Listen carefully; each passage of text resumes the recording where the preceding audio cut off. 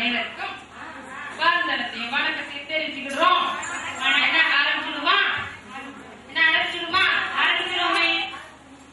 வந்தனோ வந்தனோ வந்த ஜனக குந்தனம், வந்தனோ வந்தனோ வந்த ஜனக குந்தனம், கேகள் வந்தனோ எங்கள வாசி குந்தனோ, சபையோ கேகள் வந்தனோ எங்கள வாசி குந்தனோ, வந்தனோ வந்தனோ வந்த ஜனக குந்தனோ, வந்தனோ வந்தனோ வந்த ஜனக குந்தனோ.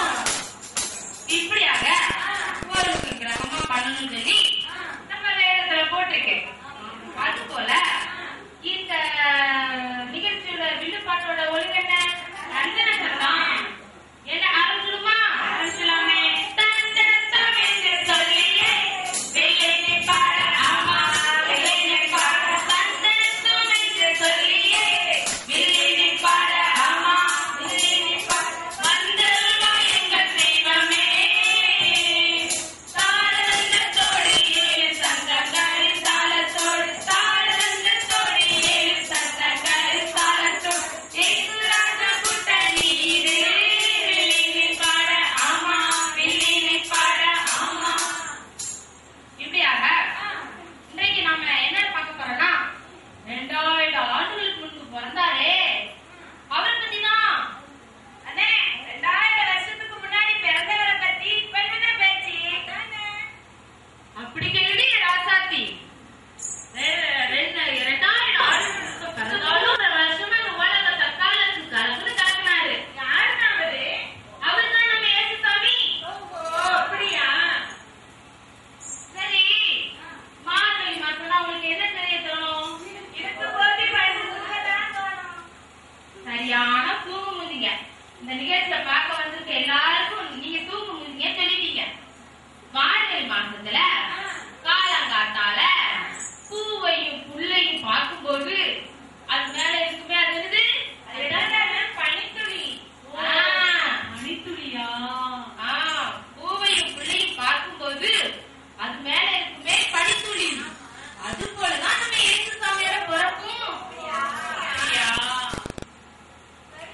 நம்ம ஆசிரியர் சேர்ந்தவங்க நம்ம கன்னிமரியால் ஆசிரியர் சேர்ந்தவங்க. அப்ப இயேசுசாமி